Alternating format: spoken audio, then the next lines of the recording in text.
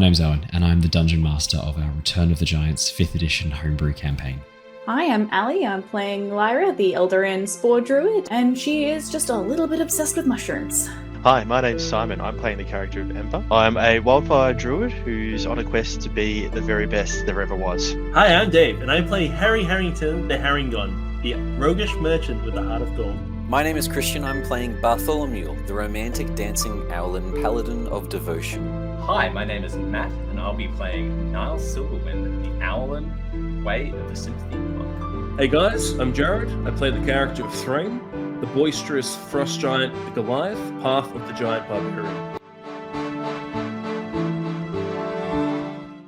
Hello there, lovely listener. This is just a warning to let you know that this episode of Return of the Giants may contain adult language or adult themes. Hello there and welcome back to the Lost Archives. It is wonderful to see all of your gorgeous faces once again. We are back. We are playing the premiere homebrew Dungeons and Dragons adventure, Return of the Giants, live here on twitch.tv/The Lost Archives, or recorded on any podcast platform of your choice, or on YouTube at The Lost Archives D&D.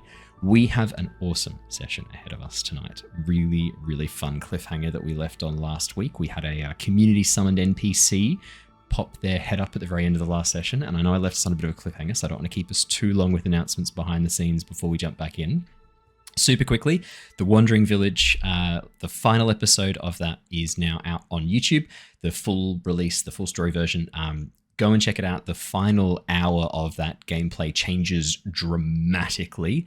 I would say if you plan on playing the game yourself, actually don't watch the last episode. Go and play the game and enjoy it. It comes as a real surprise, and it's really, really worth just playing it yourself. If you don't think you'll play it or you want to see what it's like before you do it, jump on in and watch it, and then you can check it out. It was really, really cool. So that is all finished.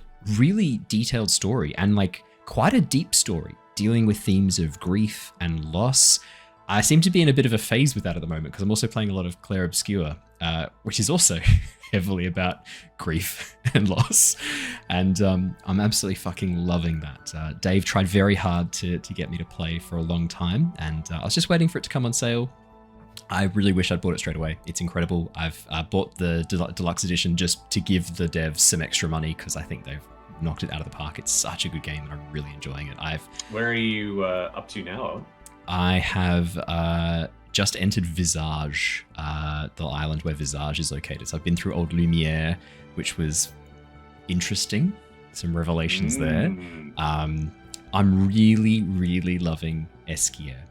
The scene where Eskia is like, I'm mad. I'm stinking mad. It's like, Eskia's really, I really love Eskia. And like, I think he's saying stuff that looks like nonsense and silliness, but I think he's actually saying some really profound things, and I'm kind of starting to listen to what he has to say and take on board. I think he's warning me about things to come. I miss one of the characters very greatly, but I am enjoying playing as Verso. Verso is quite fun as well. Yeah. And Monoko, Monoko. Yeah. When the theme song for Monoko starts, holy shit. That saxophone solo, I'm going to learn how to play that because it is an alto sax you can hear playing for that whole theme with Monoko. I'm going to try and learn that. It doesn't sound like it's that complicated. I think I could probably figure it out. I can play that. It's not that. It's not that. I can play that if you need. Yeah, it was really cool. No, if you haven't heard Monoko's theme, actually, yeah, Ali and Brandon, have you played any of Claire Obscure? No, it's on my list after we Listen to finish some of the music. Mario Kart. Chuck on. Oh, Mario Kart's good. We should play some Mario Kart again. Yeah, let's just when the internet's stable, let's jump back on. That was fun. We've been grinding it the past few days, so we're not and playing a bit of at Mario Kart level yet, but we're trying to learn our grinds. We're trying to learn our tricks. But do listen. Do yourselves a favor. Chuck on the music tonight after we finish. Chuck on the song Lumiere and chuck on Monoko. Do yourselves a favor. The music is incredible. Yeah, it's really, really worth it. Just having a listen to some of the music, it'll get you into the zone very, very quickly. In terms of other fun announcements, we've also got another episode of Baldur's Gate 3 coming out in the next few days. We've got our Bard-only playthrough that I've been playing with Foxtrot and Tricking. Fucking hell, it's funny. As the story's gone on, as 3 bards, we were already not taking things very seriously, but as we've arrived in Act 3 and stuff's getting heavier and heavier, we've really lost the plot. I don't think I've been this unhinged for a stream or an episode in a very long time. It is very funny, and we're not taking it seriously at all, and it's quite entertaining. We're having a lot of fun. I do recommend checking it out. It is quite funny. So if you haven't had a chance to check those out and you like our D&D stuff, you will like the Baldur's Gate 3 stuff. We are mostly voicing in character and saying some ridiculous stuff. So I would recommend checking that out as well. And that's all the fun news I have to share before we start. Anything else fun before we rock and roll with the recap? Nah, looking happy. Just that the Magic the Gathering has announced an Avatar collaboration, which is very exciting. That. I did see that. And we've got the new season of Avatar coming out soon as well, which looks really good. Really interesting. I'm trying to keep my expectations at a moderate level, just because I really loved the early seasons of The Dragon Prince, and I found some of the later seasons, which is by the same people, I found some of the later seasons, particularly the last season, I don't know, I didn't find I was enjoying it as much as I enjoyed a lot of the earlier seasons. So I'm just trying to keep my expectations at a moderate level so that when it comes out and it's good, I'm happy, is what I'm kind of looking for. I never watched the later seasons of The Dragon Prince, but the first seasons were quite strong. First seasons were awesome. I think it was, I'm trying to remember where it was where I felt a bit of a shift. Maybe season 5? Okay.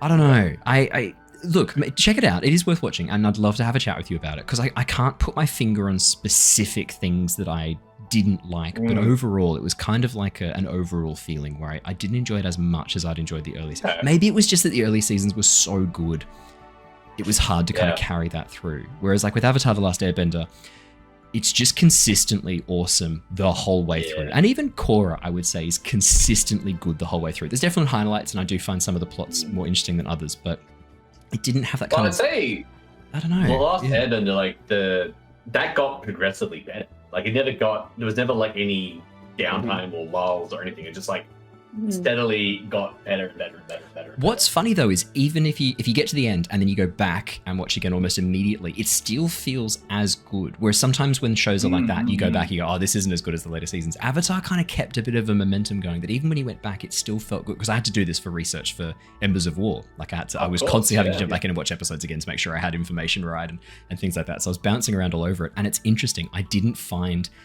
that I was enjoying it any less, or it felt consistently good. Because in your mind, it feels like it's building, but I think that's just the plot. I think in terms of quality and enjoyment, it's consistently awesome. Oh, for sure.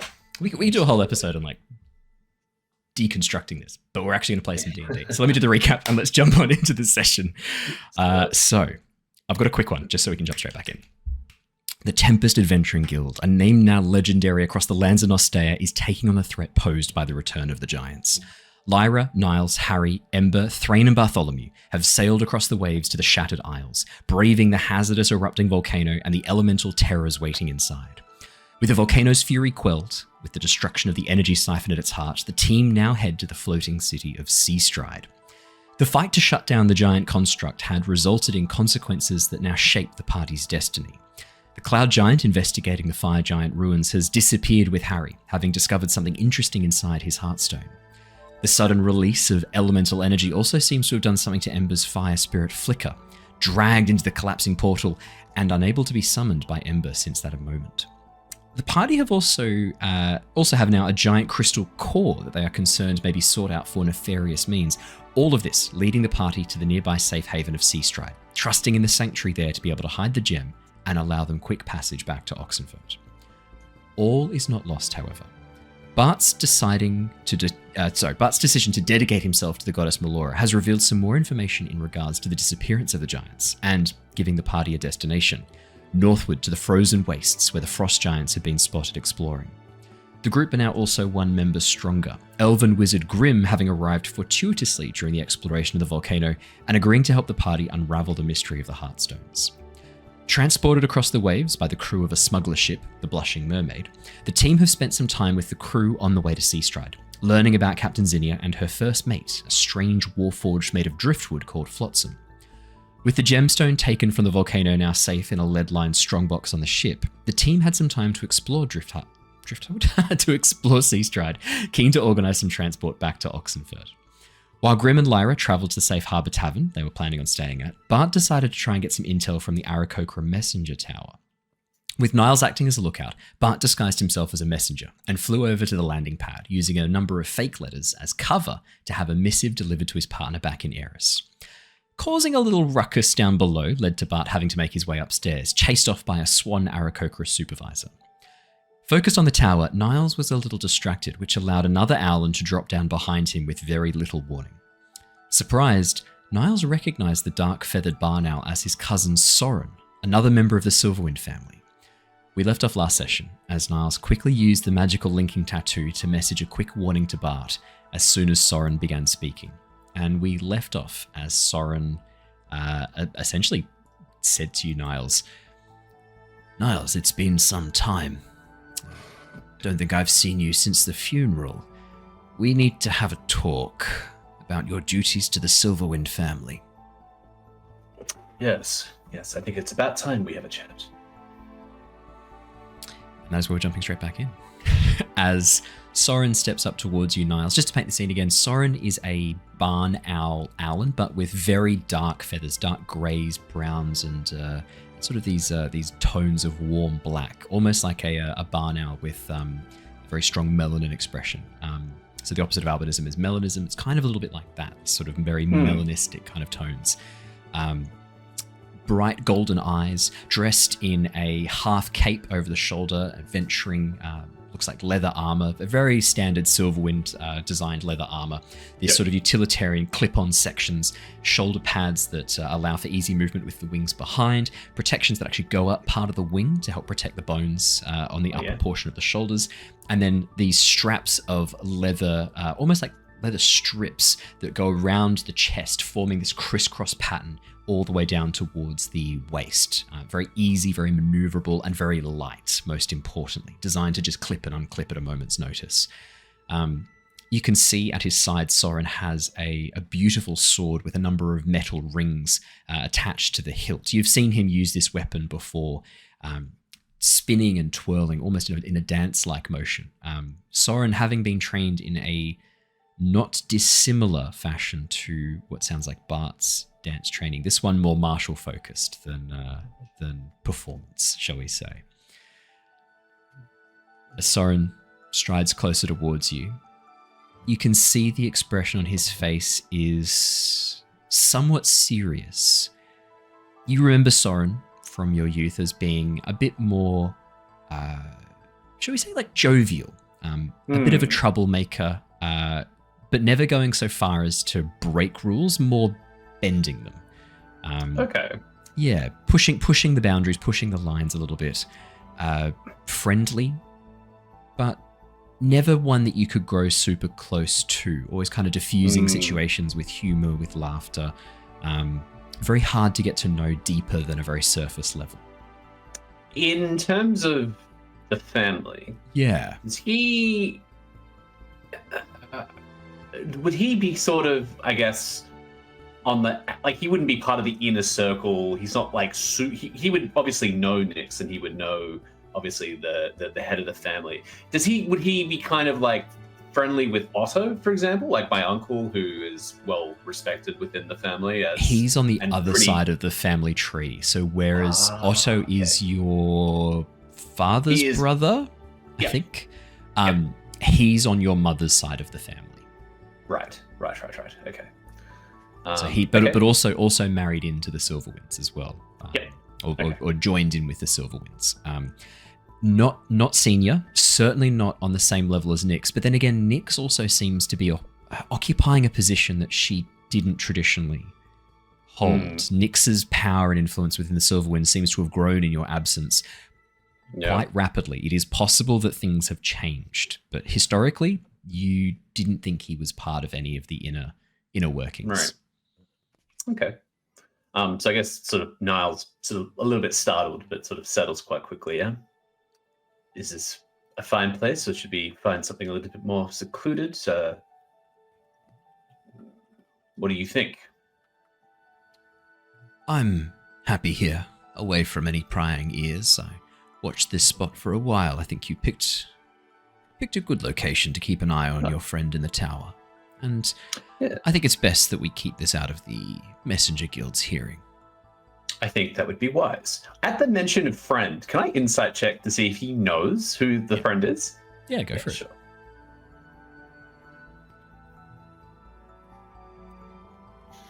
You can see as you sort of gaze over him quizzically, Niles, you watch as he kind of half smiles. A bit of a glimpse into the old Soren there for a moment. 11. He kind of, doesn't seem, he kind of throws the word out, half-hearted, a bit of a laugh. You don't get the sense he's, doesn't seem like there's any familiarity there. Well, so you mentioned duties. Is this something that you've been? Are you following up on Nix's behalf on the family, or do you represent Titus in this instance? Just so I know who. I where serve the this is coming from. Silverwind family, Niles. I'm not bound to one member over another. That's not how we operate. Well, no, I believed that as well until I saw what happened on behalf of said family down in the Underdark. If Nix hasn't shown her true colors to you or to the family, then she should be. True colors? What do you mean? Well, what do you know of Nix then? What is she doing in the Heiress while I have been absent? The heiress, she's been negotiating a deal between the Silverwind family and the current Zishi, mainly through Alphonse, the son of the current Zishi. Interesting. Well, I have it under good, well, not even under good authority. While I was down in the Underdark with the Tempest Guild, I came across Nix doing some rather unsavory business with some very hapless citizens there, murdered them in cold blood. And I was not very impressed with that, as you can imagine. When was this? How long ago? Well, how long would it have been? It's only been like About a week. right? Yeah. Yeah, Oh, just about a week ago. that's not possible. I've been with Nyx, at least within eyeshot, for the past month or so. For a good chunk of time. There's no way she's been able to sneak out. What were you doing in the Underdark, Niles? Your mission from the Silverwind family was clear. Have you abandoned your family, given up on your oaths? Well, I am conflicted with what I have seen and what I have heard in my travels with the Tempest Guild. I was in the Underdark on business related to the guild. I suppose I am honor bound to tell you exactly what it was. Well, and perhaps it might come in handy for you to know that we are looking into the Giants' return. I hear that the Cloud Giants are not taken too kindly to us, Owlin and Arakocra, occupying one of their sky castles. You watch as he smirks a little bit. No. Current Zishi has met some resistance from the Giants. It's one of the key things that the Silverwind family currently have as bargaining power. We're the largest seat of power within our nation outside of Eris. The Silverwind family holds sway over most, if not all, of the lesser houses, and the others, well, let's just say they know better than to mess with Titus. That is true. Look, there have been things that I have seen, things that I have heard on my travels. The true nature of the Eris that has changed my opinions somewhat of outstanding in this world. And I believe that Nyx's plans, you say that you've been with her all this time, but I know it was true. She came to me. She killed many innocents in the Underdark at trying to obtain secrets that the Giants had to help further her own agenda.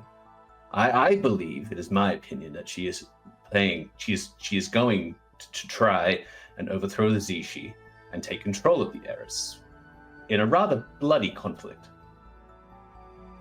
Why would she do that? Nyx has always craved power. It is what our family is designed for. No, I is it mean not? practically. Why would she bother? The Zishi's already on a path to destroy himself. If Nyx truly wants the Zishi gone, all she has to do is stand back and do nothing. I mean, I think that if the Zishi is on a path of destruction, as you say, then Nyx will be the first person there to pick up the pieces and put herself in a position of power. Look, it may not be a hostile takeover, but all the same, her sights are set not just on the heiress, but on the rest of Nostea. The family will be there to pick up the pieces. We will be there to pick up the pieces, won't we, Niles? Look, I hope so, but like I said, I have seen things that have me conflicted in my feelings and my oaths, yes, that Towards I swore, but Eris, sure. But our families... We are far more Tell me. important to you than that, are we not, Niles? Silverwinds, course. your home. Well, tell me, how does Otto fare these days?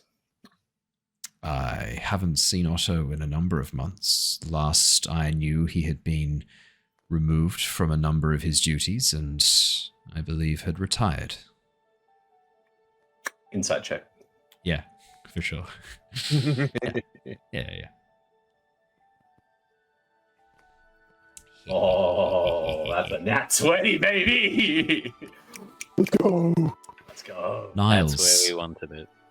That's it. That's a bit better. He's not lying, but he is not sharing anywhere near the full story. You think he let a little bit slip by saying he was removed from his duties and then quickly recovered with, he has now retired. There's more to this story for sure. And there's a little flinch.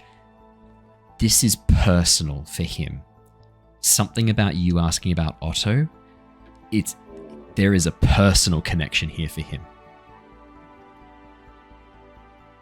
I give him a bit of a squint. Maybe Otto's been making moves. You watch as he sighs, looks side to side and then goes, you always did see more than you should. Fine.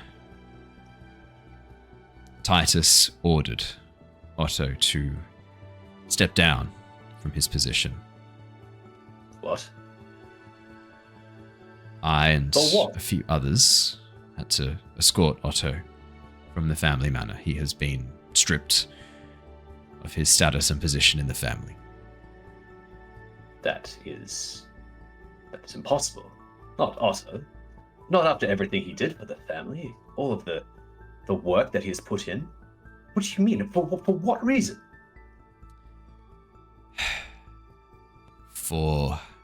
I know you're close with him, Niles. What I'm going to say will hurt you. I first want to ask, do you really want to know? I can tell you that it was the right decision, that it needed to be done, but if I tell you exactly why, I'm afraid you're going to do something foolish. Otto was like a father to me, you know that.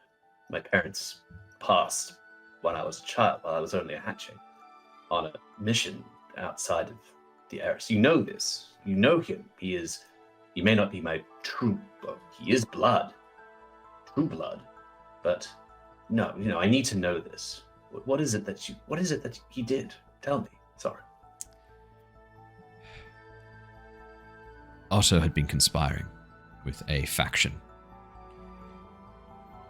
Group of minor houses, not associated with the mercantile section of the Aarakocra and Owlin groups, but associated with the messenger guilds, sections of it. A faction that had been working behind the scenes to undermine the Silverwind family, to prepare for another group to take control, to consolidate underneath a single leader. Not Otto. I don't believe he had designs for power, but it seems he was working for one of the other families. That is unlikely. Otto never strived for much power. He only wished to serve. He was loyal. Wasn't power. I think it was revenge. Revenge? How much do you know of your aunt, Otto's partner? Not that much. He didn't speak of my aunt that much. She died. The same night your parents did. That's why Otto took you in, I think, partly. Oh. That makes sense. Yes, I do recall Otto on occasion mentioned that it was a bloody dark night that time. I had assumed that... No, that makes sense. But they were separated. Your parents, your aunt, have been sent on 2 different scouting missions. 2 different tasks given to them, along with 18 others that night. She was a member of a smaller house, not born a Silverwind, but through union with Otto became one. Silverwinds found out she had been passing messages. She was sent out to die that night. I suspect a member within the Silverwinds, possibly Titus himself, ordered her death. And I think Otto found out. After all this time? I think Otto has known for the whole time.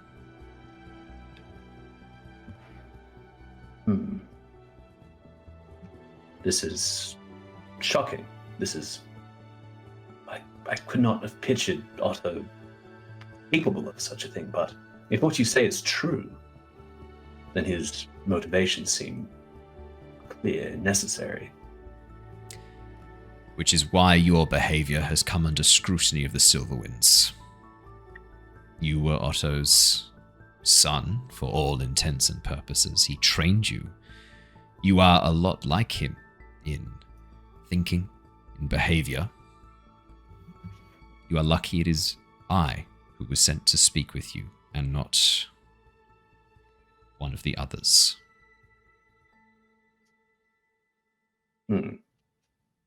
So then, what is it that the Silverwinds would have me do then? Return to your duties and prove your loyalty.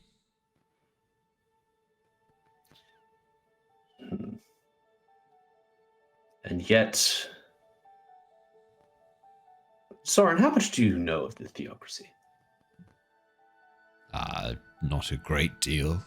I've never really cared for the quasi-religious sect within our people. I've always found it stuffy and pointless, to be honest. The illusion of power. Silverwinds are who hold real sway and influence. Contracts. Deals. This is true power. The Zishi has is just smoke and mirrors.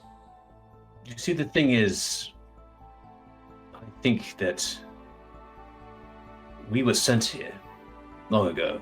All the Owlin, all the Aarakocra. They were sent to this world. I had always assumed that we were messengers, that we were peaceful people, but look at how it's transpired. Look at the training. Look at the way that they've organized us. We're an army. Sorry. At the beck and call of some ruler, some lord. And I only fear it's a matter of time before such things transpire. Whether or not it is Nyx, whether or not it is some other being capable of harnessing the Eris to their deeds, to take on this land, I just can't get my head around that Niles, we are here as some sort of force. Niles, if what you say is true, then it is vital that Nyx succeeds in bringing down the theocracy. Does it not? Your logic would be cause to assist her if her true goal is to break the theocracy, which is what you said she was potentially trying. Is that not essential that we do destroy the Zishi, take him down? If he is this militaristic head planning on turning our people into warriors, they don't know this. This isn't something that is... This will be a hard sell without his guidance. But is it right that any other family has the right to lead that way? I don't know. I've seen the violence that runs in this family, and it is part of the reason I left. You know this. You know what I am capable of, and you know what I have done. I know what Nyx helped train you to be, yes. And that's why you know I am conflicted by this, Soren. There is a darkness there. I'm sure you know that. Violence without purpose is darkness. Violence with purpose is a sword. This is what we were taught. This is true. But... I do have a question for you, Soren. I thought I did a good job keeping an eye on the skies during my time here. How did you find me here? This couldn't have been a coincidence. You watch as he does a little half smile once again. I am sure you were trained very highly in stealth, in keeping a low profile. You have abandoned your family to work with the Tempest Guild, a group that could not be more famous across the lands of Nostea, a group that are constantly whispered about, rumors passed from person to person, town to town. If your plan here is to avoid attention, you have failed to a measure that none can ever match. Insight check. Yeah, that's fair. Actually, I think what you did is pretty sick. to be fair, this is the group who defeated Tiamat not a few months ago and brought back the giants. Yeah, 26. Yeah. So you rolled a natural 20 and then a 19 on your insight checks. Rolling pretty well on the insights. Rolling pretty well on the insight checks. Niles, he's not lying. No. But again, that's not the whole truth. Sure, I mean, hearing rumors about you and things like that probably helped narrow down the map, but he was here, clearly waiting for you. And more than that, he knew that you would be near the messenger tower. Drifthaven is huge. Sorry, Drifthaven. Seastride, we're not Drifthaven. Seastride is huge. It stretches and sprawls. You were on top of this rooftop for what, 15 minutes? And there he is. No. There's more to it than that. Way more to it. You do make a good point, but I think there's more to this than you're letting on. In any case, tell me how the Zishi is these days, and his family specifically. I've been away from home. My news has not reached my ears. Eris is not your home, Niles. Or have things changed in the last few weeks? Have your alliances shifted away from the Silverwinds to the Theocracy? You had a little bird in your ear, swaying you towards the side of Eris.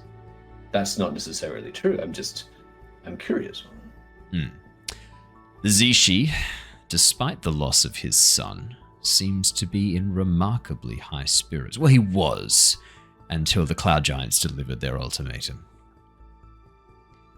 Alphonse has taken over a number of tasks traditionally only performed by the Zishi.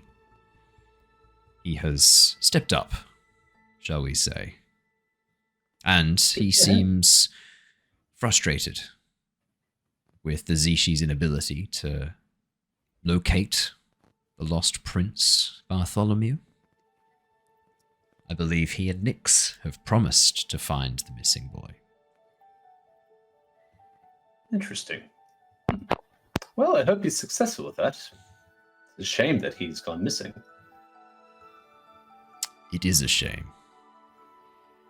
And it would be a real shame for the Silverwind's plans in this moment if timing of his discovery were to be inexact. If perchance the prince was to be found stumbling around some backwater town, having lost his way, wandering into an inn, a tavern, a messenger tower, for example, would be foolish indeed, and draw the attention of those who facilitated his disappearance. You wouldn't happen to know anything about that, would you? I simply speak in possibilities and abstracts. I have no specific knowledge of this. You know me, I tend to waffle on and imagine fantastical tales and stories. I'm sure the prince is merely somewhere quiet, reflecting upon his future in Eris. Or he's dead. I mean, rogue prince disappearing suddenly. I doubt the Zishi would let such a prodigal son return. If he was involved, of course. Well, sorry. I don't think I can go back to the Silverwinds with you right this moment. As you can see, even if I were to, I think that the situation with the Cloud Giants must be something to be addressed, correct? Is it, though? You've just shared a horrifying truth about our people. That is correct. We are being trained as warriors, and that Eris is the seat of that deception. Is it so bad that the Cloud Giants take back their ancient city, break the seat of power that has been held so long by the theocracy, and allow our people to come out from under the wing of the Zishi? Is that so bad? Silverwinds will be there to help and pick up the pieces. Titus recently purchased a large tract of land, a series of mountaintops near Bolmir. Dwarves were eager to palm off such prime real estate at a discount, given their penchant for delving deeper. Such a place would be a fine new home for our people. I believe construction has already begun. Yes, well, it would be good for our people, but what of the Eris? What of... I mean, the Silverwinds, of course, but you would damn the rest of the Aarakocra and the Owlin to... The Aarakocra and Owlin are already evacuating the city, those who are not loyal to the Zishi. Its population has dropped precipitously since the Cloud Giants made their announcement, and the Silverwinds have made sure that everyone knows the situation.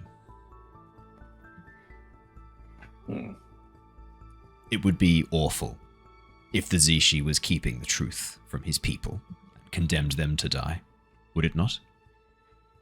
It would be. I still can't shake this feeling, though.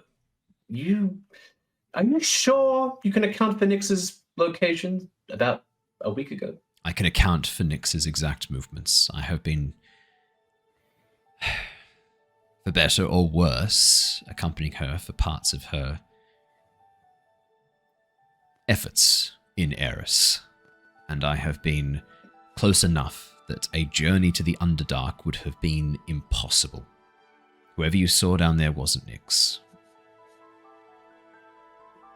Insight check. Sure. I can't not, like, cause I'm happy like, you've rolled two insight checks. Natural 20 yeah. and a 19. I'm rolling pretty well. Natural 19. Right, so you yeah. get a roll as explanation. Yeah, well, that's, yeah. He could also be telling the truth, like he could think that he's watching the real Nyx. Yeah, that's true. And not realize that he's being bamboozled. Exactly. I'm going to go with the previous insights because I'm not going to just have you roll insight time and time again. We're going to go with the two previous ones, which are very good. Niles. He doesn't believe this. He knows he's lying. Okay. So he's just He knows he's lying. He knows he's lying about this. Yep.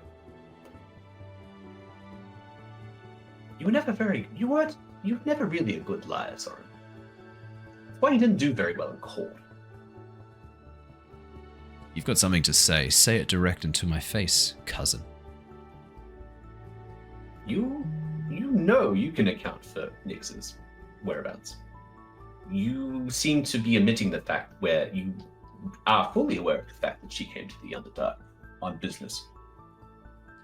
There's the barest whisper of steel. In a blur of motion, you watch as Soren spins, the sword coming out of its sheath, and as it does, you feel the blade press gently against the side of your neck, and as you look down at the metal, you realize the blade has been changed. The color, the telltale color of Ananiel. Ah, yes. Now, this is more like it. This is much like when Nyx had her claws metaphorically into my spine, trying to convince me, much the same as you, to join her cause. But I didn't accept her then. What makes you think I can accept Soren now? I don't know what you're talking about with Nyx. Your business with her is your own. I'm concerned that you're working with Otto. I haven't seen Otto since I left. Doesn't mean you're not following his orders. Orders? Otto never gave orders to me. They didn't sound like orders, but you did everything he said. Everything. Even now, you still follow his code. He didn't have to order you, Niles. He knew a mere suggestion would be enough. Why wield a hammer when a chisel does the job better? You have this all wrong. Sorry, cousin. I'm not the one who abandoned our family, Niles. I cousin. Didn't abandon. Well, the Silverwind is not a family. If that family is ready to wage war, kill innocents, then that is not a family I want to be a part of, sorry. You know that. That's why I left for my journey around Nostea. I needed to understand how others live, how the rest of the world functions. Being within the family, seeing only the family, being, living, dying, breathing the family, that's not a way to live. You must understand perspective. You must understand and have sympathy for others. And that is not something that the Silverwinds stand by. And that is not something that I can stand by anymore. He slowly takes the blade off your throat and sheaths it. You need to watch yourself. Anyone else would not have hesitated.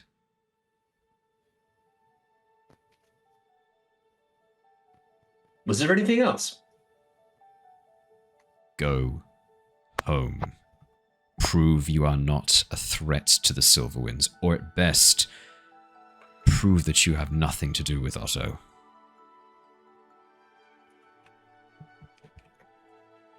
That I might be able to arrange, but not right now, sorry. Figure out your loyalties.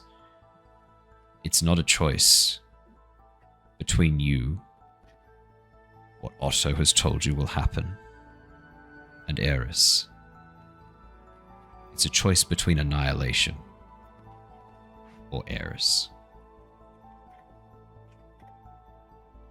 Okay. I'll consider it. Don't just consider it, Niles. You know the truth of our people, why we're here. So do I. Eris must die for us to live. You seemed rather nonchalant about that. That came as a shock to me, sorry. But you seem to already know this. Nyx told me. Oh. That makes sense. Of course she would know.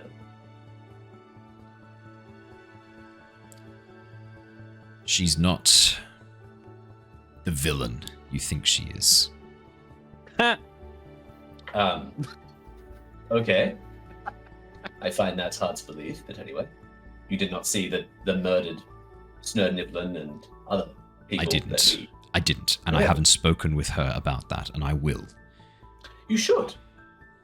Because it made me question my loyalties, Soren. I threw my patch into the lava at the mere sight of those bodies.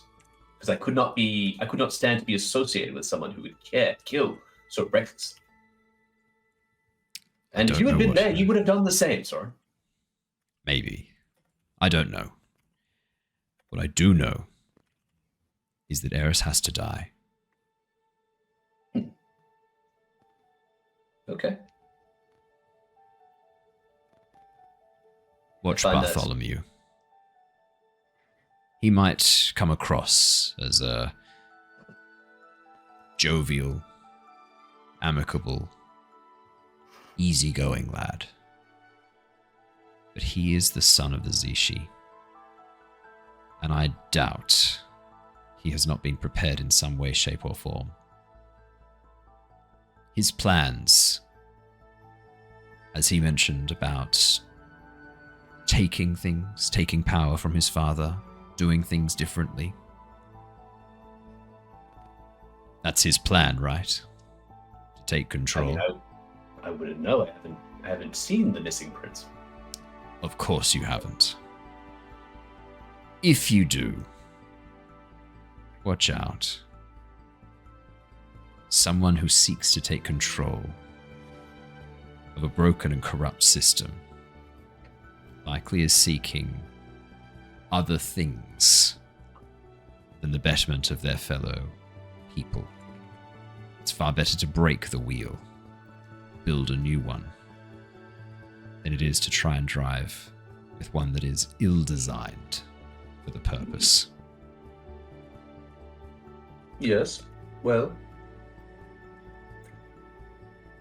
is there anything else? You tired me. Sorry. I feel like I've made my point quite clear.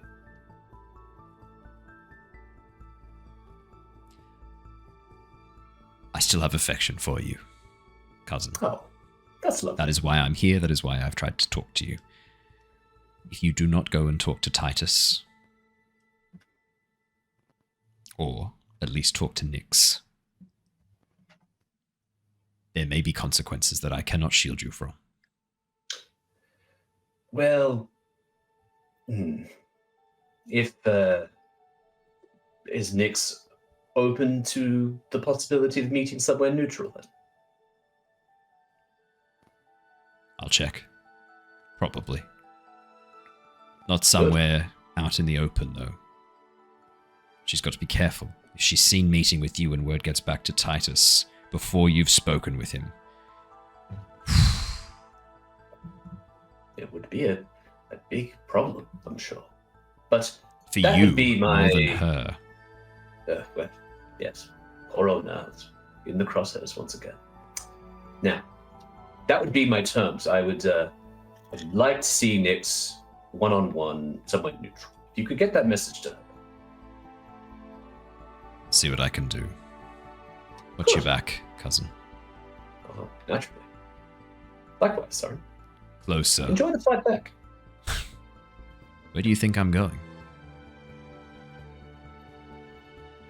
I would assume back to the Silverwinds? Or are you going somewhere else? I'm off to Eris, cousin. No, well, have a good flight to Eris then. Have a safe flight back to Oxenfurt. That he nods, takes off, disappearing into the clear blue skies above. Lyra and Grim. Let's jump over with the two of you. As Niles has been dealing with that, I believe the two of you were making your way to a safe harbour, the inn that you were planning to stay for the night. Or were you going to head to the jeweller's first? Can't remember. I think you were trying to get a jeweler's kit. Jewelers, yeah. I'm assuming that sort of the safe harbor's going to have open sort of rooms enough for everyone that we don't have to sort of pre-book. I'll be open for quite a while, surely. Let's get this gem sorted first and get us our chunks. Get us our chunks. So you have you have Flotsam with you, the driftwood warforged. If you let him know you're looking for a jeweler, he will lead you to the closest one to this point. This does require you to jump on a small gondola and paddle through a number of alleyways to get there faster. It looks like there are a number of boats set up for public use, just dotted around the city that are not owned by anyone. They're just there for people to use as a thoroughfare, as well as ones that are piloted that you would pay someone to push you around and take you to various locations in the city. Flotsam chucks a little mark in a box near the bridge that the gondolas are all arranged with. some sort of donation or payment to manage it, you think? And then he paddles you over towards this area, designed specifically for what looks like craftspeople. This part of the city features houses that are far more, or I should say boats, that are far more squat and elongated. 4 or 5 businesses working out of the one barge that's kind of been set in place here. Probably one's a houseboat, number of them, others barges. Big, heavy boats designed to hold a lot of weight and allow for people to have goods and services going on the back of them. There's a section designed clearly for blacksmiths where they have a metal pontoon that has the 2 blacksmithing forge, kiln, and things like that built on top of it, so that if fire were to spread, it doesn't light the whole city, which is mostly made of wood. And this metal barge is actually separated by a number of small bridges to probably control the spread of embers or fire if it were to break out. But as Flotsam leads you towards a rather elongated barge, very squat building. The roof is only about sort of 7 feet high. Grim, you have to duck a little bit as you step in. Lyra, you've got no problems. You're like, what, 5'2" or something ridiculous? 4'8" or even? I think you're very small. You're muted. Sorry, Ali. Right on the edge of 5 foot. Tall enough to be technically a medium-sized character, but right on the border. It's like I can fit in, but when you're tall and it's like when you walk into like, like a supermarket or something like that, or like, they got like the sign saying down real low, even though you got clearance, you still do that duck. little. Yeah. You still do the. Yeah. I literally did that the other day. I looked like an absolute idiot. It was plenty of clearance. Yeah. I still was like turtling with my all neck. the time for me. Just double chins the whole way. I'm like, I just got to avoid this tall roof. As you step on through, this building looks like it is owned and operated by a jeweler, as well as 2 tilers. You can see that they cut tiles into very precise. Sort of looking for him. I have a complete mental blank on the not tessellates, where you have the faceted. When you have tiles cut into shape to make the patterns with it. Like, I'm having like the mosaic. Mosaic. Thank you. Mosaic's what I'm looking for. Yeah. They're making tesseracts, just for the. Well, it's because I said tessellate too. That probably threw off as well. Mosaics. It looks like they're designing mosaics, artistic mosaics. A lot of greens, aquas, and dark blues, featuring very heavily in what looks like a very beautiful scene they're currently constructing. A series of tendrils of kelp rising up from the sea floor, and figures swimming through them. It looks like they're designing some sort of mosaic fresco, potentially to be mounted or set up somewhere. The people doing that are 2 Tritons who are working on that. And as you step on through, the jeweler steps forward. You can see a rather portly halfling, quite ash and grey skin, but a shock of very dark black hair pulled back into a bit of a widow's peak, kind of slicked back. Not too dissimilar to your hair, Grim, actually. It's kind of this like slicked back dark hair. And as you step on through, he removes a set of goggles and places them on his forehead, gives you a bit of a nod. Hello there. Are you looking to buy or commission something? A bit of an odd question, actually. I was wondering if you maybe had a set of secondhand gem cutting tools that you'd be willing to part with. You want to buy some of my old tools? Yeah. If it's at all possible.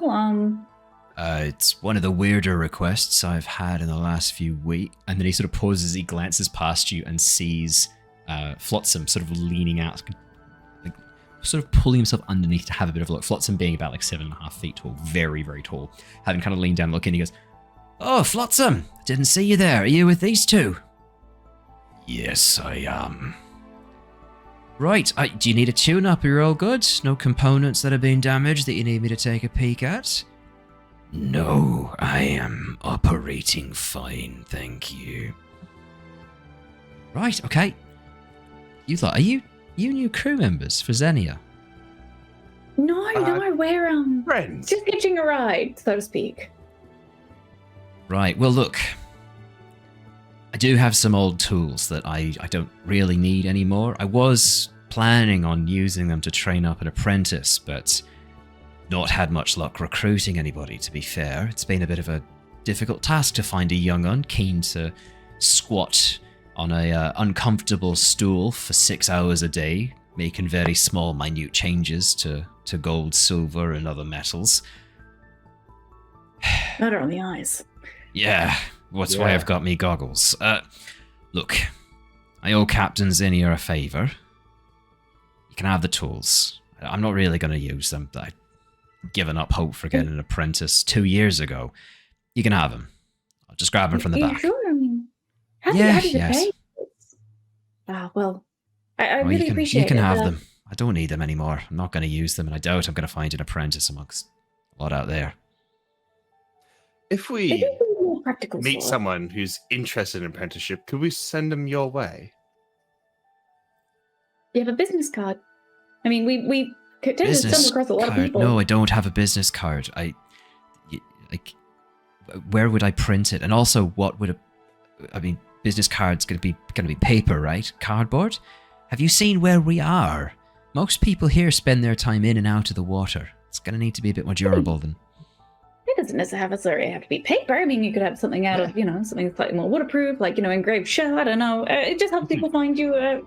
Just an idea. You watch as behind one of the tritons. Like that.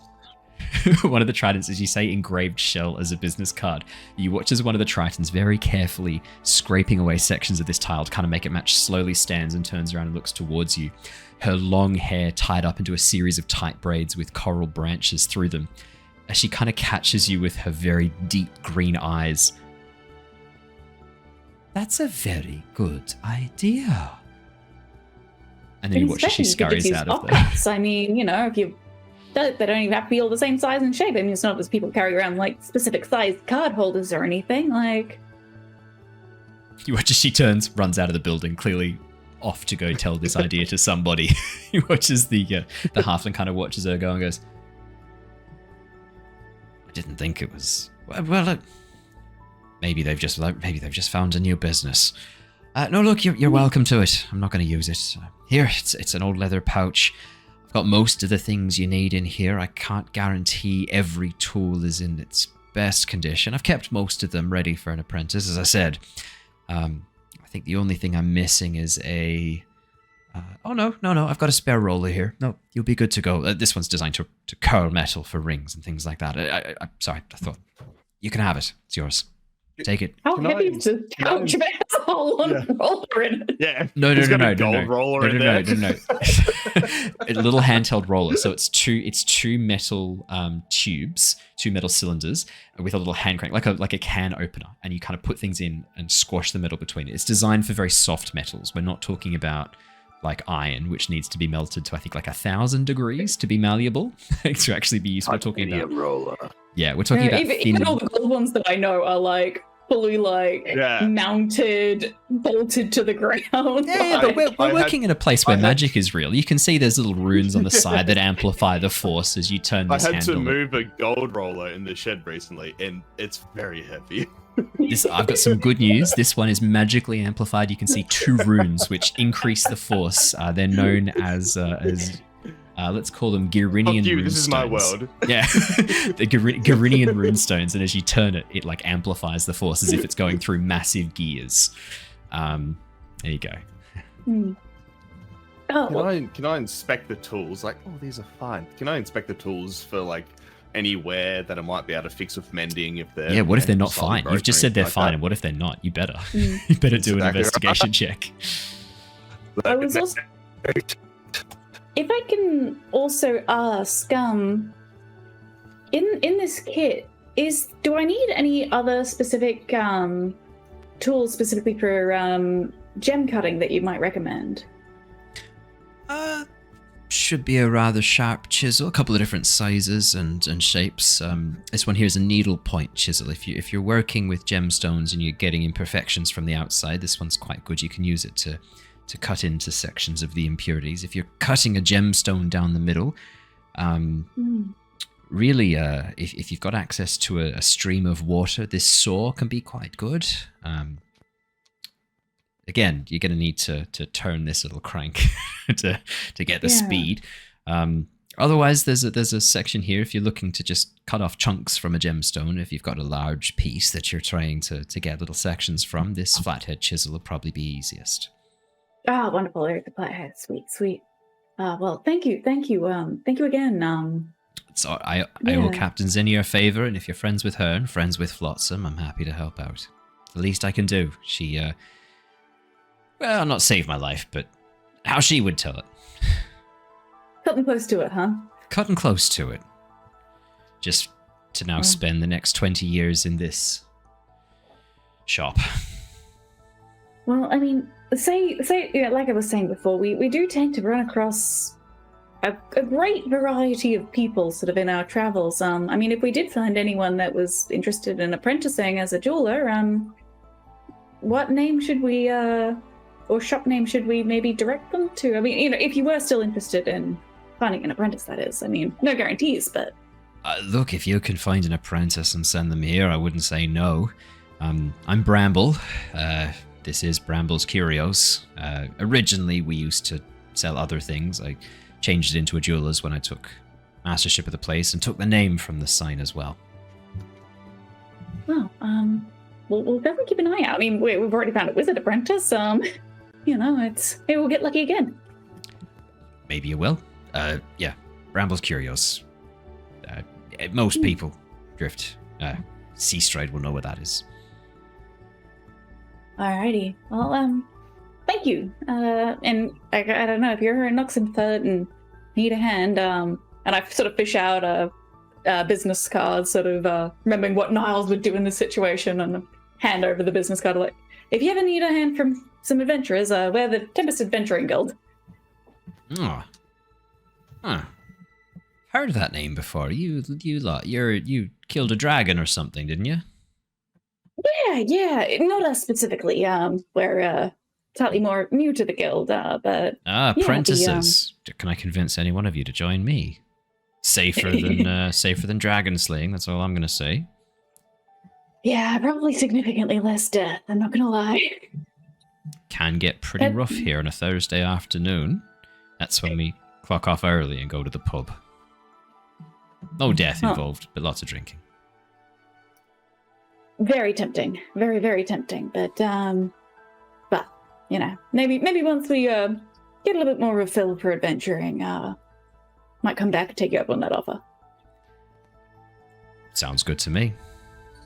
Good luck. And thank you again. And then I'm just sort of like taking a bit of a mental note, like, depending on sort of if we successfully sort of cut the gems slightly more, like, yeah. I'm thinking I might sort of try and get sort of a little bit that we can pass back to Bramble. Yeah. This is like thanks, Work with them. Perfect. Where would the two of you be headed next? Straight to the gemstone to try and do the... Unless Grim has any... Grim's done an insight check of 7. The camera is not here, nor is his mic. It's okay. Was that to see if the tools are of good quality? Because I imagine what he meant to do was an investigation check. In that case, then, unless his investigation is significantly... what's your investigation, Brandon? My investigation is +5. So that was 2. So it is the same. So, okay. So, yeah, 7.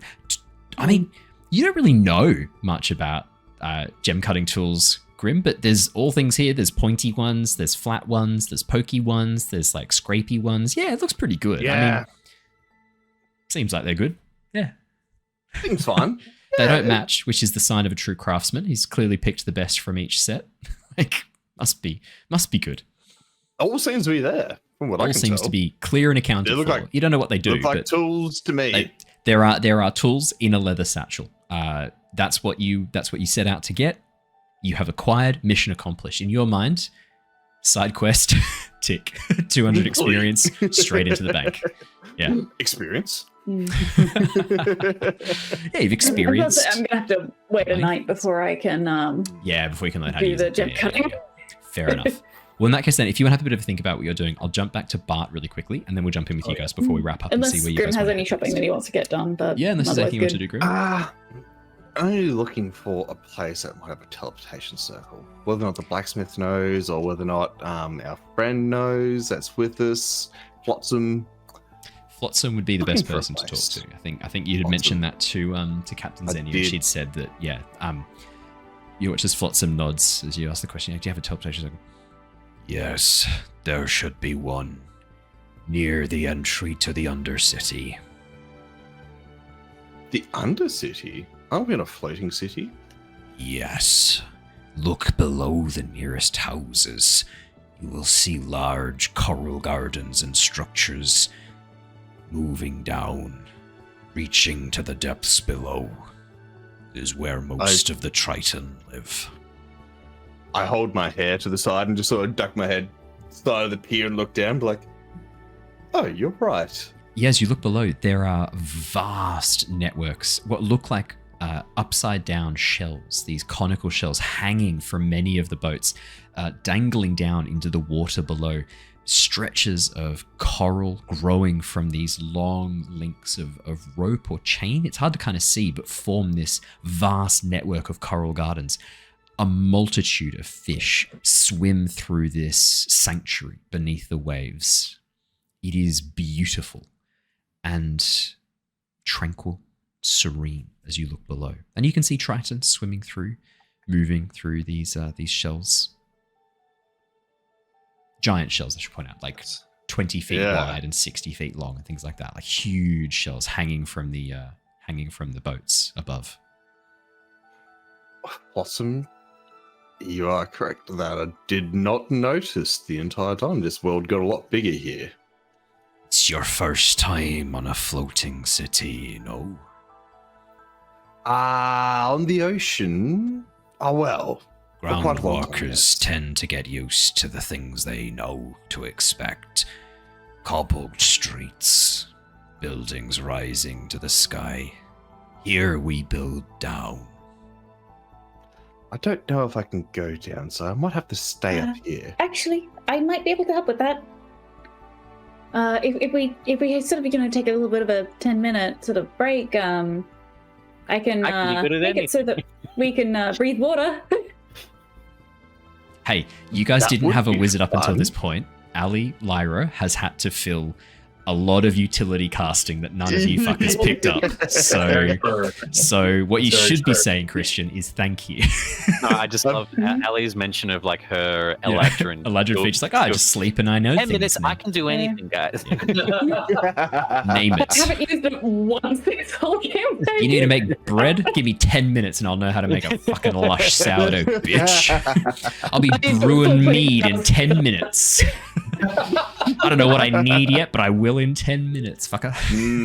Mushroom mead. Actually, you could make a wicked alcoholic kombucha. Oh, you could. The SCOBY would be sick. Oh, it may or may not induce hallucinogenic. The other one.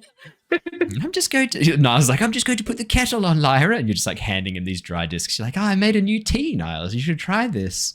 Psilocybin, but you're going to taste colors. Here you go. Yeah, my favorite. Have you ever wondered what spring tastes like? As you're sort of like thinking through it, water breathing would do you well. Not many of the shells are designed for air breathers. There are some, though. Do you want to be included in this spell, Flotsam, or can you? I don't need to breathe. I thought that might be the case.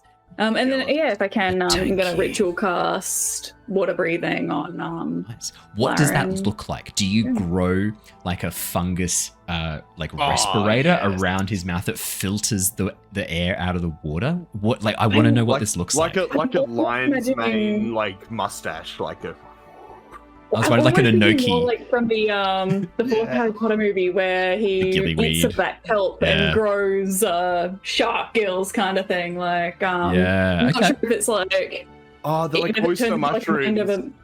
Oyster mushroom gills. Oyster, do like bracket fungus.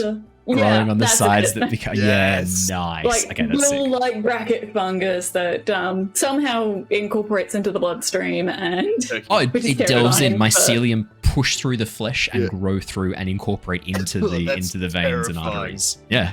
absolutely I- terrifying. Looking inside, Most you got of- like turkey tails and oyster mushrooms just hanging off your neck. You're like, Probably just slightly more streamlined than like frilled net lizard. Yeah. Most of your spellcasting has proven to be quite horrifying, Ali. It's good. I like it. This is very much Mm. filling the theme Last- for me of Really mycelium not wizard. Last of Us. happens to come out that way. I might redraw Lyra's artwork with each of the features, like have the bracket fungus growing out of the neck. I think there's a few things you've described that I've been like, yeah, that's sick. Like detect magic is like fucking like mushroom growing out of your eye, detecting like things around you. It's amazing. As you cast the spell, as you place these special spores on Grim's neck and your own neck and then begin casting the magic to grow them. Grim, you feel this uncomfortable tingling as parts of your neck go numb for a moment as the mushroom anesthetizes the flesh around your neck so it can grow through and replace it with its own tendrils of mycelium. And as the 10 minutes are up, you can find you breathe normally through your mouth, but there's this sense of dryness around your neck as if you're not quite getting enough oxygen. You feel this kind of like shallow breathing. It's a little bit uncomfortable, but it's not going to cause any problems. It's just a little bit uncomfortable out of the water right now. mushrooms should grow me when I'm dead, but not quite I just- there yet. Sprinkle a little bit of water on them from the decanter of abused water. I'm less parched. Oh, that's lovely. And at that point, then I know what's going on, and I just pin drop onto the side into the ocean. Just drop sideways. Has he just gone Grim overboard? As you drop into the water, Grim, your clothing, your robes, heavy layered clothing, immediately Yes. soaks through and becomes quite heavy. The good news is you can't drown because you've got the water breathing, but it is not very easy to swim. You're kind of like, as you try to move in place, your cloak billows up around you, your hair's all over the place.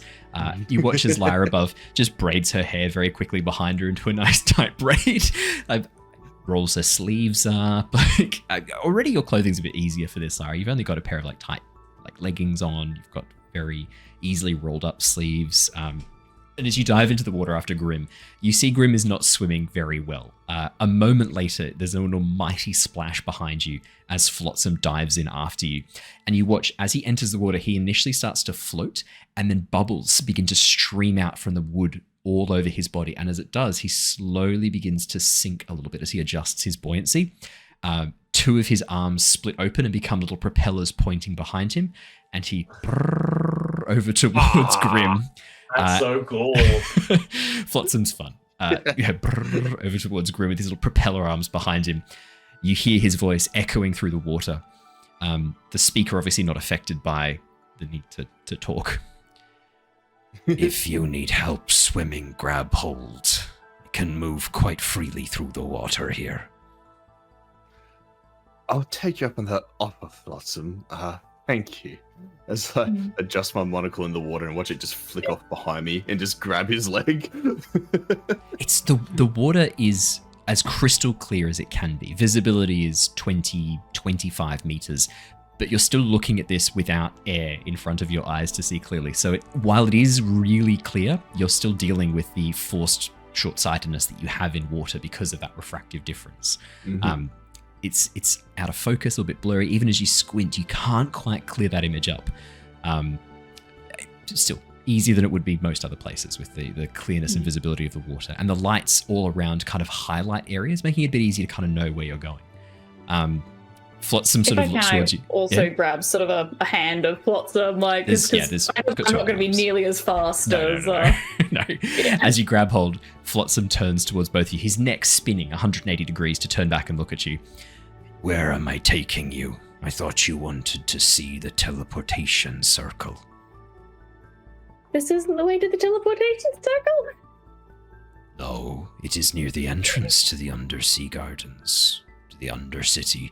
We can get there from here, but we did not need to swim. I wanted to take the scenic route. And can you take us a scenic route, Flotsam? Like, show us around the city a little bit and take us there. You sound like a good guide. You know this place well. The areas that landwalkers generally don't see. I know 826 facts about Seastride. You can tell them on the day. I love facts. We shall depart then. Hold on tight. With that, Flotsam will go and take a 2-hour tour of the Undercity with both of you just holding on. I will not sit through that and narrate. I will not sit through and narrate everything that he tells you. On the left, you will see a coral. On the right, you will see the Shoals Museum. Here are where we grow oysters.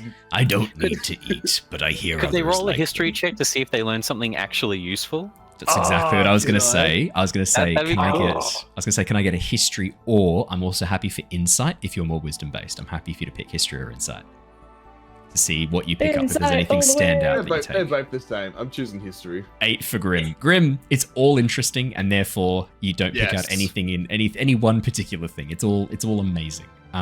Lyra, 16. Flotsam takes you on a tour of the Undercity. You move past vast beds growing what looks like most of the food that is required for the city above. Many plants that you've never heard of. Not just aquatic plants, but species of mollusk and things are farmed in this undersea section here. The garden beds are vast. All of them moving out from this giant spire-like cone from a conch shell right at the top. This enormous spire delving down deep into the dark, and these beds emerging from them, from the spire, so pushed out and sealed in with this concrete-like coral that is grown to seal things in place. There's also vast fish farms as well.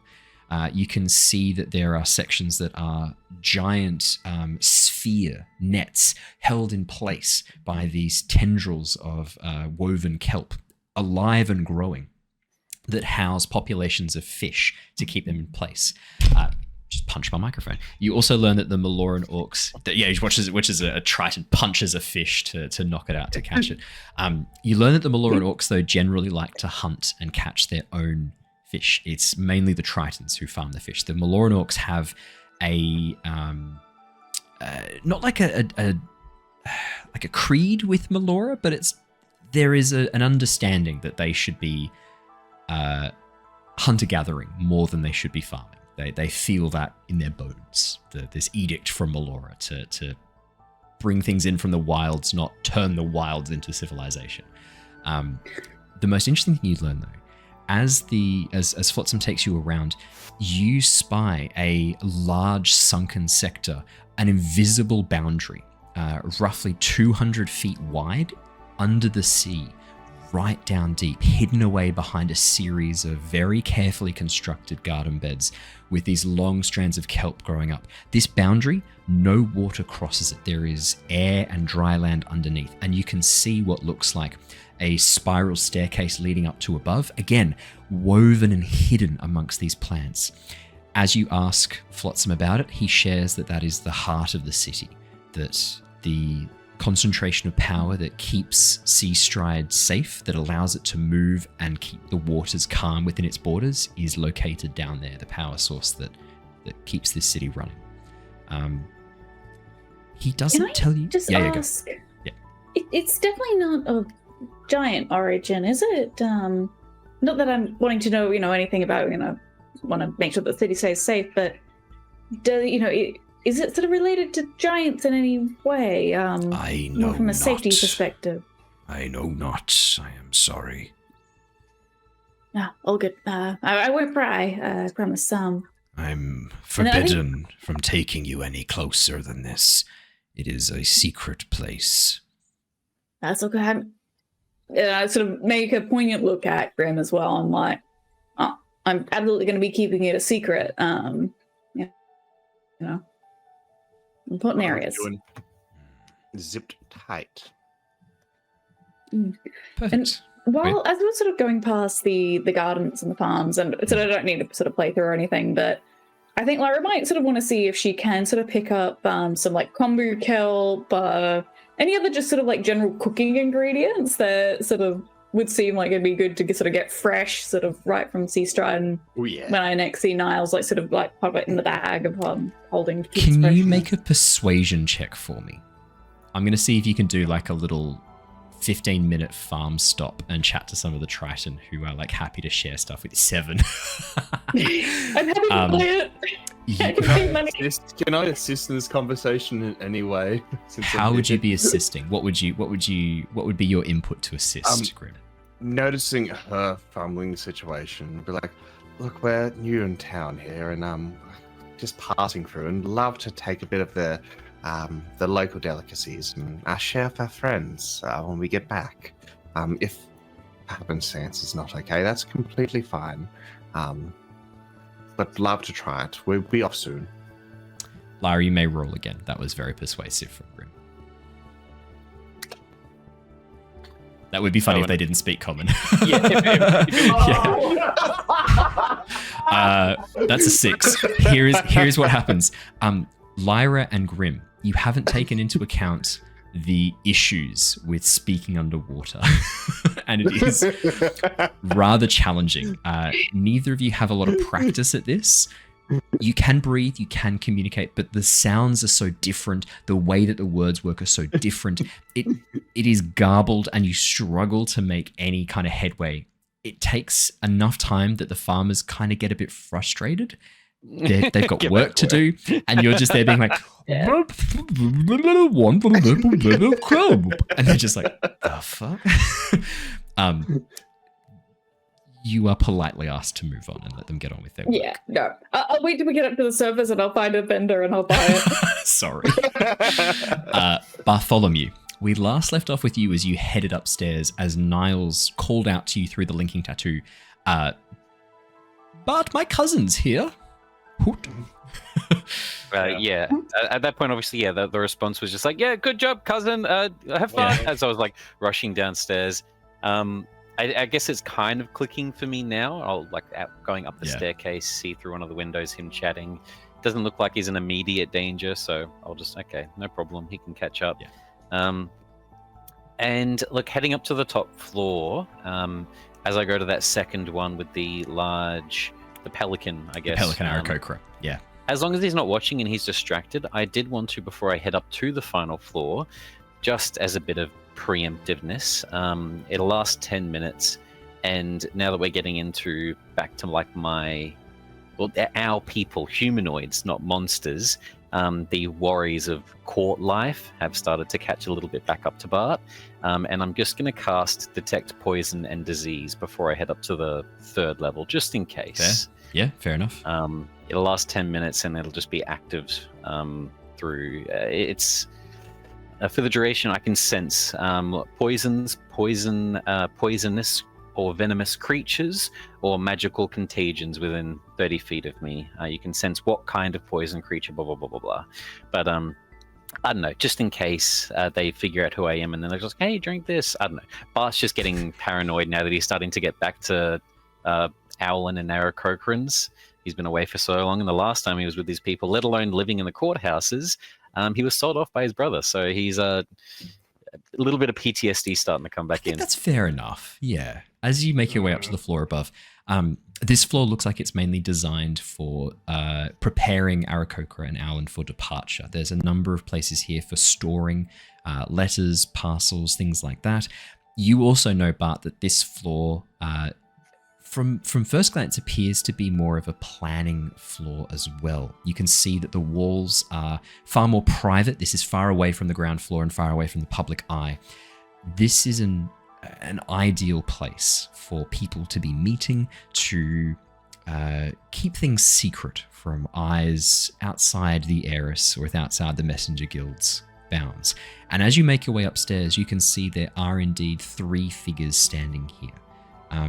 At first, all 3 look like Owlin, but you realize only one of them is an Owlin. The other 2 are twins, Aarakocra, but very owl-like features. They look to be possibly peregrine falcons. Very sort of round head, curved beak. You can, like, from a distance, you would mistake them for Owlin for sure, but you can see they are indeed Aarakocra. And these two twins, one male, one female, seem to be talking in hushed tones to this Owlin. The Owlin is looks like a sea owl. Very, very light, greyish feathers, like hunting along the coast, fishing and things in the nighttime.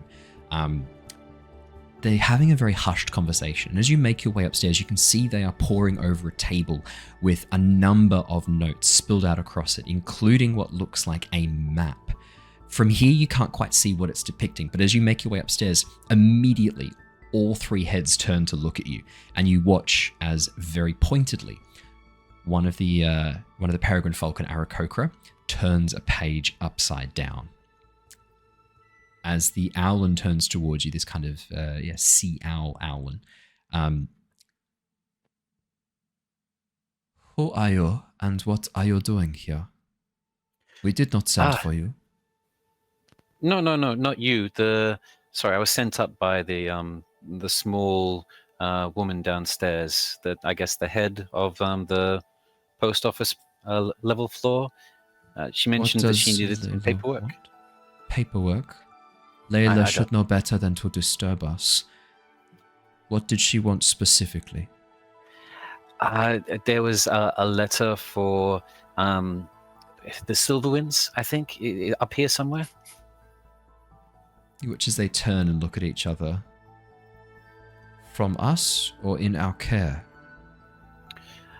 She didn't tell me. I've just flown in through all the smokes of the volcano. My head's a bit dizzy. Does it ring a bell? Anything like that? No. Go downstairs. You do not belong up here. Do you have a drink there? I'm just going to stumble my way towards the table a little bit. You watch as the female Peregrine Falcon moves with fluidity and grace, almost gliding across the floor as she blocks your passageway up off the staircase and onto the floor, her wing coming out, and you can see the edges of the curve where the wing, essentially if it was a hand where the fingers come out from, you can see that she has mounted what looks like these metal blades attached to the edges of her wings designed to slice in the air.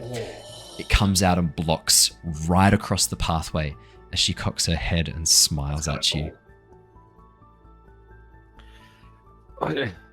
I need brothers, sisters. I need a drink. Just calm down. And I am going to try to use a bit of my paladinish strength to push against her. Okay. Make me an athletics or acrobatics check, your choice. Oh, shit. 25. You push her. She goes out of the way. My God. What is going on? She goes to slice, not cut, but at least get the blade up towards you to kind of give you the hint. You already know and move with it. Your keen reflexes and dancer-like physique allowing you to grasp, twist, and turn, moving her wing, folding it down back behind her, and allowing you to spin around, pushing her quite forcibly so she stumbles into the staircase railing. Immediately, her twin brother goes to vault over the table, but you watch as the Owlin holds up his hands. Quiet, now that is enough. Stranger, you are not known to us. You are one of the messenger guilds, yes? Yes, from Madria, just a small place. I never get a chance to go back and get home, or to come to a big city like this. I just want some clean water. You know how dirty it is out there in Madria? You can find water downstairs. This is closed. Protocol Azure is in effect. Downstairs, you will find your water. What is that? I'm going to try to start putting on a performance of hyperventilating and fiery tornadoes coming down around me, cloud giants knocking me out of the wind.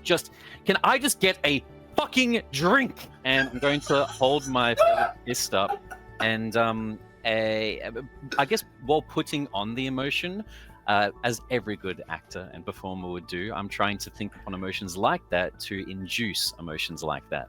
And I'm going to be thinking about Alphonse and my brother and all these memories of like being handed off and was that true or not. Nick saying that he was laughing at me and building up an actual little bit of anger unknowingly. And I would like to use my new Paladin feature, Abjure Foes. And it says holy symbol or weapon. The weapon's just going to be my fist that's going to faintly glow a little bit with the... actually, no, I'm you not also going to have the mark on your hand as well, remember, too. You could use that as a holy symbol. Oh, Yeah. And I can choose up to a number of creatures of 4, my charisma. So I'm going to choose all 3 of them. Yep. And they all need to make a wisdom saving throw or be frightened of me. As I'm just going to start having this hyperventilated, like, just fucking give me a drink. Okay, what's the DC? We've got an 16 11 for all of them. Okay, we've got an 11, we've got a 14, and we've got an 18. The Owlin is the only one who passes this.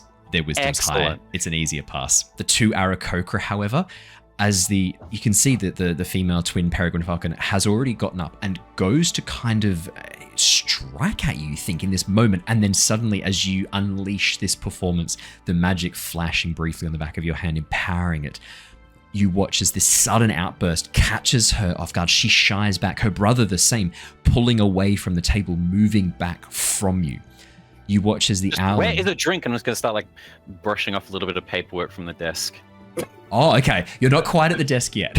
Okay. I'll be making my way towards Make way over towards the As you start like storming towards the desk, the 2 Peregrine Falcons pulling back and away. You watch as the Owlin looks to either one of them confused for a moment, glances at you, and then nods. Please calm yourself. I have a water skin here. If you're so desperate for water.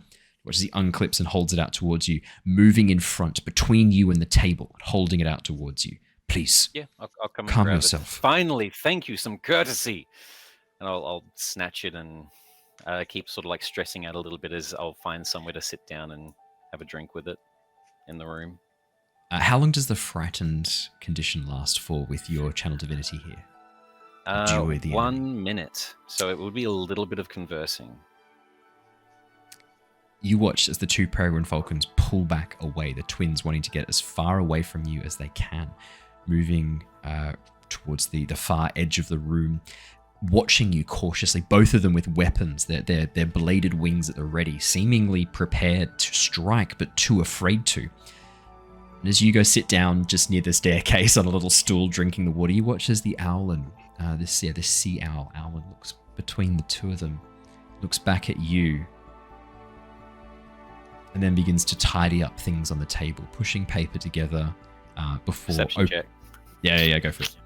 As he's starting to move things around a little bit, obviously it's too far to probably read it, so I'm looking for titles of pages or any important markings on what this map is showing. Those are probably the 2 key things. It looks like the map is staying on the table. It's more these bundles of paper that look like letters or missives that he's gathering up to put away in what looks like a little lockbox. But yeah, perception check or investigation, your choice. I'm not good at either of them, but I'm going to use my inspiration because it's the main reason I sort of went up here. Natural 20! Natural 20.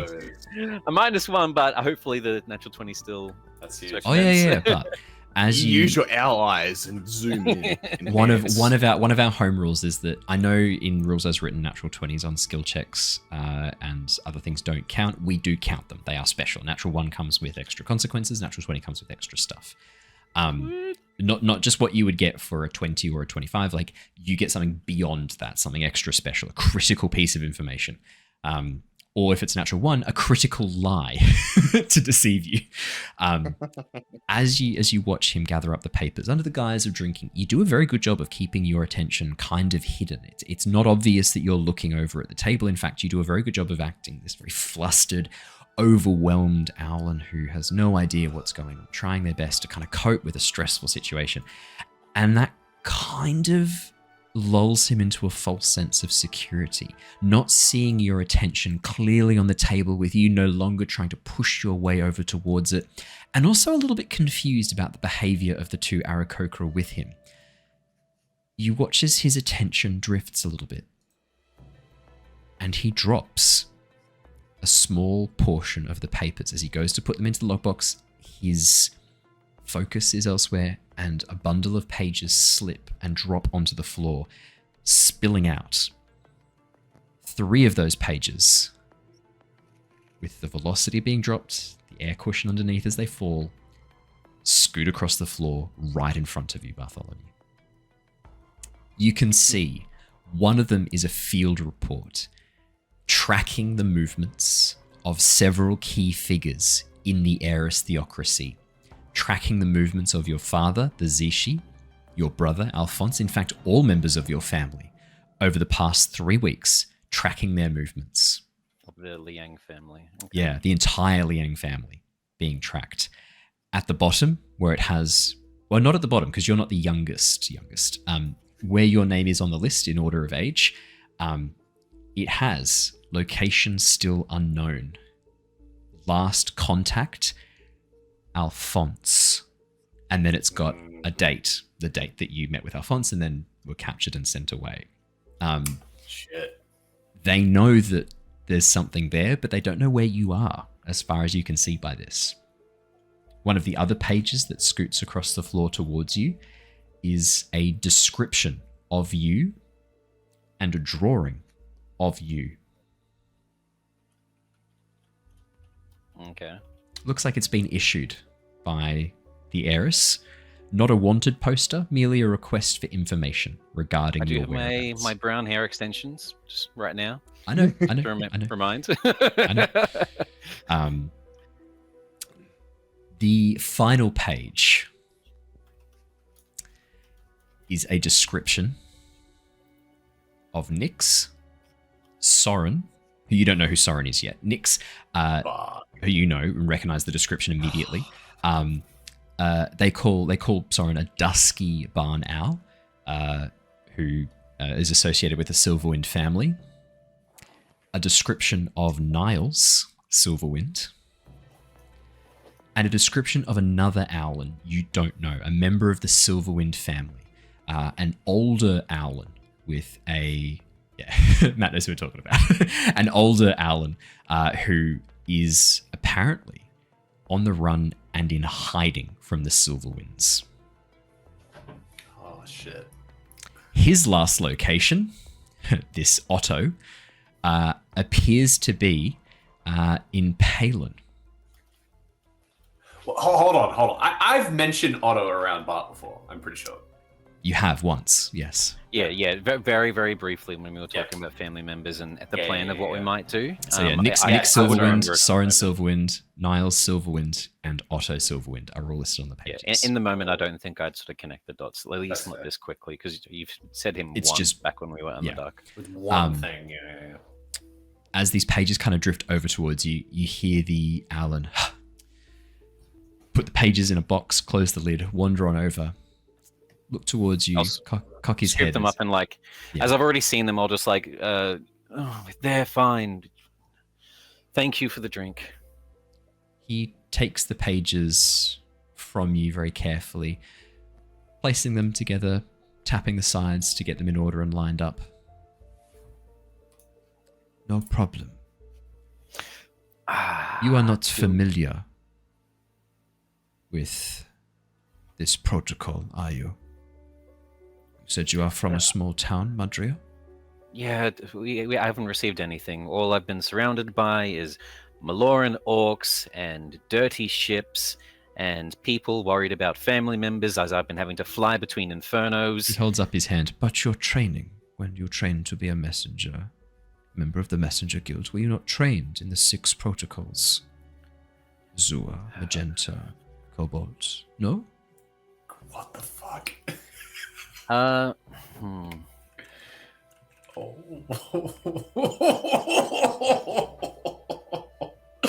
Shit. You're not. This This was not part of your training. Who was your supervisor? Who managed your onboarding? I need to speak with this. This is a severe gap in your knowledge that puts you and the Messenger Guild in danger if this is not rectified. You are right. I wasn't actually even... This is part of the frustrating thing. I guess I'm more of a messenger in lieu. In Mudria, they had so many requests coming in and out because of the volcano that they just put a bag on my shoulder and I've been helping with odd jobs. I don't know what the fuck you're talking about. No. Who put a bag on your shoulder and sent you to this tower? I need a name. The Owlin in charge of Mudria's outpost.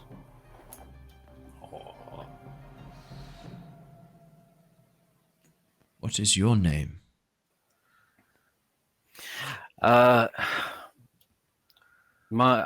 Sorry, What? Louis.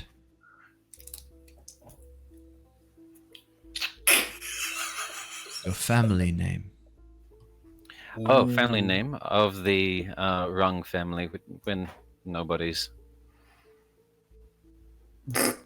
I'm so tempted at this point to be like, I'm a member of the Rung family. How dare you besmirch our good name? No.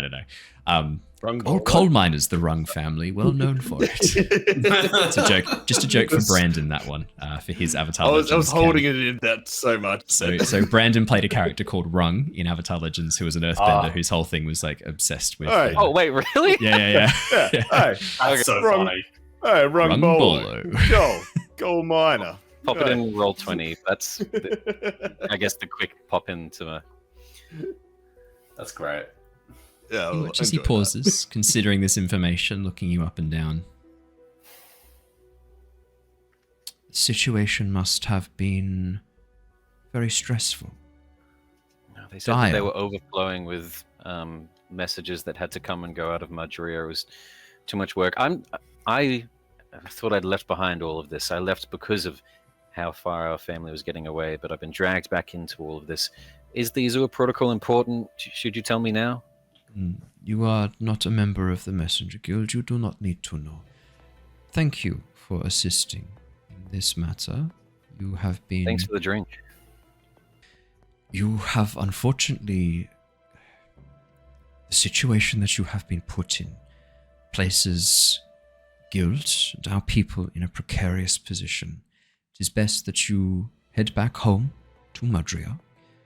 Do not involve yourself any further with the Messenger Guild, and if you are ever asked to do this again, say no. It is not your place. Or, if you do arrive in the Messenger Guild, stick to the bottom floor. If you wouldn't mind passing word up the chain, that could help the Rung family, but I will do my best. I just wanted to help out. I'll do a deep bow. Which is he nods. Not a bow, but just a nod. And yeah, I'll start walking down to the second floor with the Pelican again. As you turn your back, Niles... But Not Niles. As you turn your back, Bartholomew. One last thing. I will give Yes. a wink to the female Peregrine. Peregrine Falcon, Just- perfect. Not a flirty, but just like No, just a... Bitch, Yeah, like- please. beat you. Just thought you could stop me. wink one eyelid or the inner eyelid as well, like wink both. As Bird eyes are weird. They are weird. As you... The dinosaur eyes, baby. As you turn towards her and wink, and then as you turn to walk down the stairs... It is only because of your detect poison that you have any warning of this. You are very, very lucky you put that up. There is a sudden flash as that goes off, and you feel something dig into your shoulder. A small pinch. Okay. I'll head down to the floor with the Peregrine. Could I please have a Constitution saving throw? 100%. This is a poison that is being applied to you. Any resistances you get from being a paladin may assist you here. I'm not sure if you do get any. I thought I'd double check. No.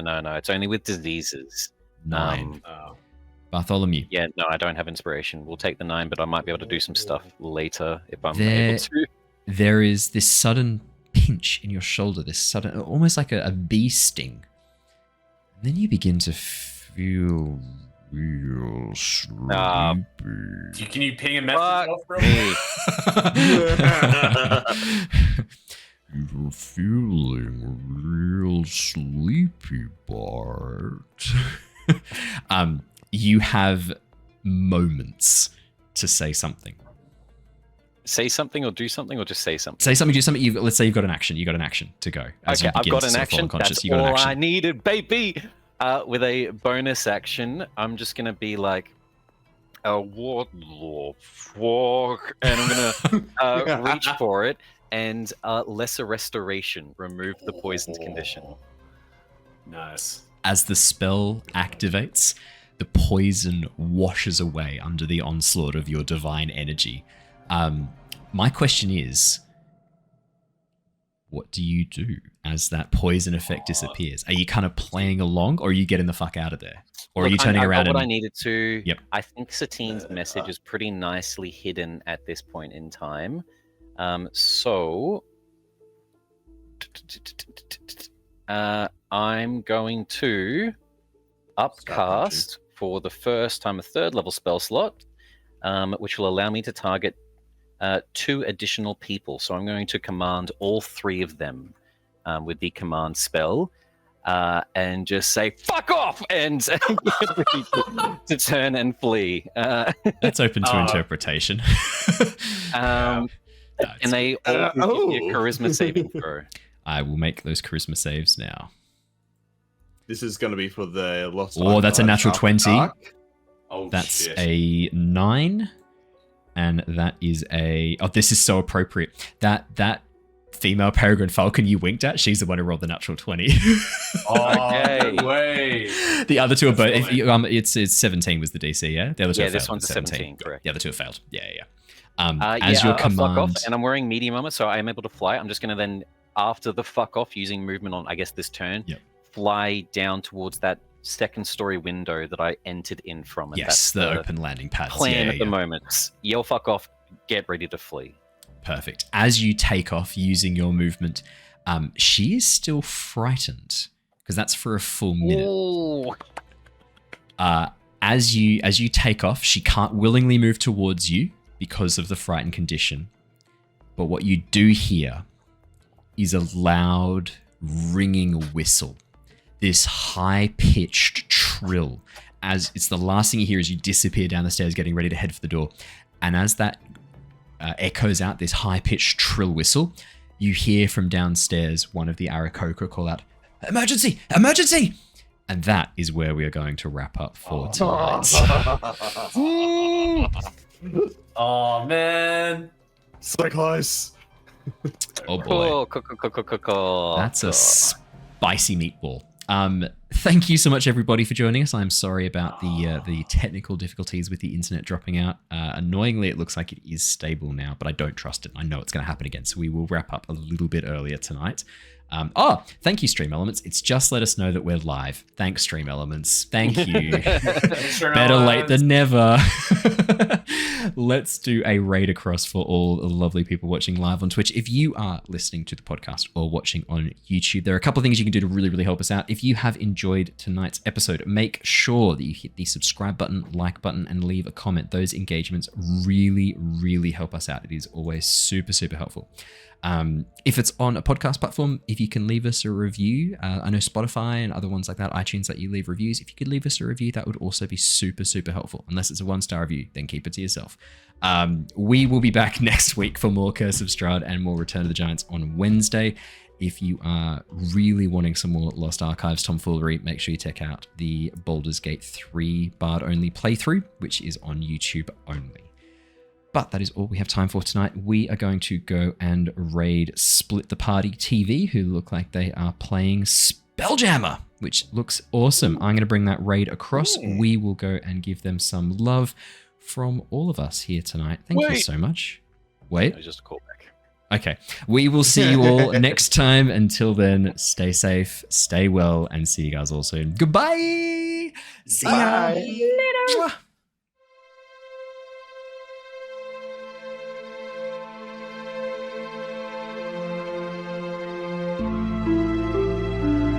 Mwah.